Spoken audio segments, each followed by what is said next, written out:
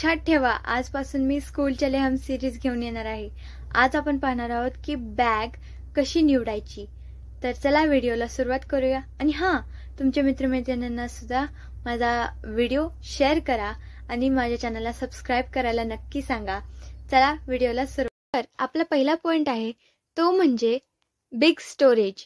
म्हणजे तुमच्या बॅगचं जर तुम्ही 5वी पासून पुढच्या इयत्तेत जाणार असाल किंवा 5वीला जाणार असाल तर तुम्हाला जास्तीत जास्त सामान बसणारी अशी बॅग हवी पाहिजे असते, कारण खूप सारं सामान आपल्याला भरायचं असतं।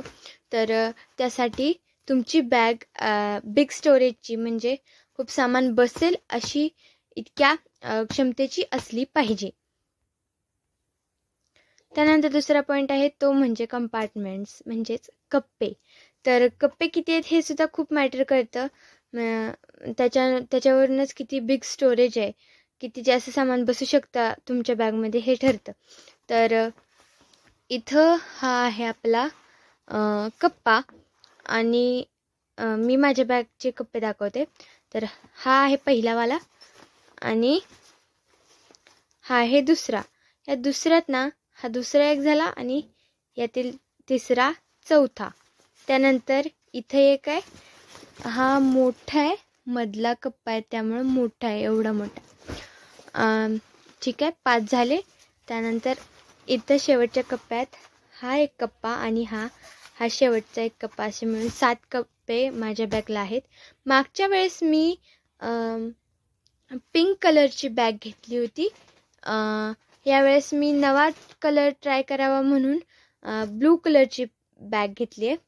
आणि ही बॅग मी पहिली जी बॅग घेतली होती त्याच दुकानातून घेतली आहे, माऊली बॅग हाऊस। जर तुम्ही पंढरपुरात राहत असाल तर तुम्ही नाथ चौकात जाऊन कोटेकर प्रशालेसमोर जाऊन तिथं ही बॅग घेऊ शकता, कारण यांच्या बॅगा क्वालिटीच्या असतात। चांगल्या ब्रँडच्या घेतल्या तर खूपच जास्त टिकतात, 2-3 वर्ष। तर तुम्ही नक्की जाऊन घ्या, किंवा तुम्ही दुसरीकडे कुठं राहत असला तर तिथलं जवळचं कुठलं क्वालिटीचं दुकान असलं तर तिथं जाऊन घेऊ शकता। क्वालिटीचं का म्हणले मी जसं की सांगितले याच दुकानातून आम्ही घेऊन आलो आहोत। तर तसं का सांगितलं मी, कारण आपला तिसरा पॉईंट आहे तो म्हणजे क्वालिटी। तर क्वालिटी असली पाहिजे, नाहीतर बऱ्याच जणांचं काय होतं, दरवर्षी नवीन बॅग घेतली जाते, म्हणजे घेतात ते, कारण ती बॅग लगेच खराब होते एकाच वर्षात, किंवा त्याच्या अगोदर सुद्धा होते, पण ते दरवर्षी नवीन बॅग वगैरे घेत असतात।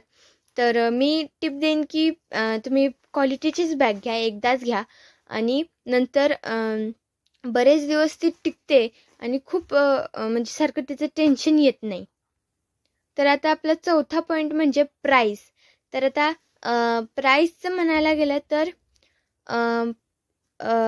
तुम्ही तुमच्या पालकांसोबत बोलून तुमची एक रेंज ठरवायची, म्हणजे त्याच्यात रुपये ठरवायचे, जसं की 250 ते 300, 300 ते 400, 400 ते 500 अशा कुठल्या रेंजमध्ये तुम्हाला बॅग हवेत हे रेंज ठरवायची त्यात, आणि ते नोंदवून सुद्धा ठेवायची। ह्या सगळे मी जी पॉईंट सांगते त्या पॉईंटनुसार त्याच्या पुढं त्याची एक लिस्ट बनवून घ्यायची बॅगसाठीची वेगळी। आणि त्यात हा प्राईसचा मुद्दा सुद्धा घालायचा, आणि तुमच्या पालकांबरोबर बजेटनुसार तुम्ही जी रेंज ठरवली ती तुम्ही तिथं नोंदवायची, म्हणजे सगळं क्लिअर होतं। त्यानंतर पुढचा पॉईंट आहे तो म्हणजे कलर। आता कलर ऑब्व्हियसली तुमच्या मनाने असणार, कारण तुमची बॅग आहे म्हणल्यावर, पण मी एक टिप देते की तुम्ही काळा किंवा डार्क कलरकडे जाणारा कलर घेऊ नये, कारण त्यांनी धूळ लागते, आणि आपण खेडेगावात राहतो त्यामुळे धुळीशी रोजची ओळख आहे, रोजचा संबंध आहे। तर तुम्ही तसा कलर घेऊ नका। तुम्हाला खूपच आवडत असेल तर घ्या, पण जास्त करून तसे कलर टाळा। पुढचा पॉईंट आहे तो म्हणजे ब्रँड। तर आता हे क्वालिटीशी संबंधित आहे आणि ऑप्शनल आहे, तुम्हाला जर हवं असेल तर तुम्ही घेऊ शकता। आणि तिथं गेल्यावर तुम्हाला तुमची इयत्ता आणि तुम्हाला कुठल्या रेंजमध्ये बॅग पाहायला आवडतील हे विचारतात, आणि तुम्ही त्यांना सांगा आणि आम्हाला या रेंजमधले बॅग द्या. आमची मुलगी 7वीला किंवा 8वीला जे काही असेल ते सांगा. तर इथं मी पॉझिटिव्ह यावाल्या ब्रँडचं घेतली आहे बॅग. तर तुम्ही लोकल ब्रँड तुम्हाला पाहिजे असेल तर तोही निवडू शकता. पण चांगला जर ब्रँड तुम्ही निवडला तर तुम्हाला खूप फायदा होऊ शकतो, कारण त्या बॅग जास्तीत जास्त काळ टिकतात. मध्ये पाहायला गेलं तर तुम्ही अशा आणि अशा त्यासोबतच अशा प्रकारच्या कलर असलेल्या बॅगा निवडू शकता, जेणेकरून मी जो तोटा सांगितला डार्क कलरचा तो तुमच्यासोबत होणार नाही. अशाच प्रकारचे अभ्यासाला एकदम सोपे करणारे किंवा एकूणच शाळेतल्या विद्यार्थ्यांना मदत करणारे व्हिडिओ पाहण्यासाठी या चॅनलला सबस्क्राईब करा.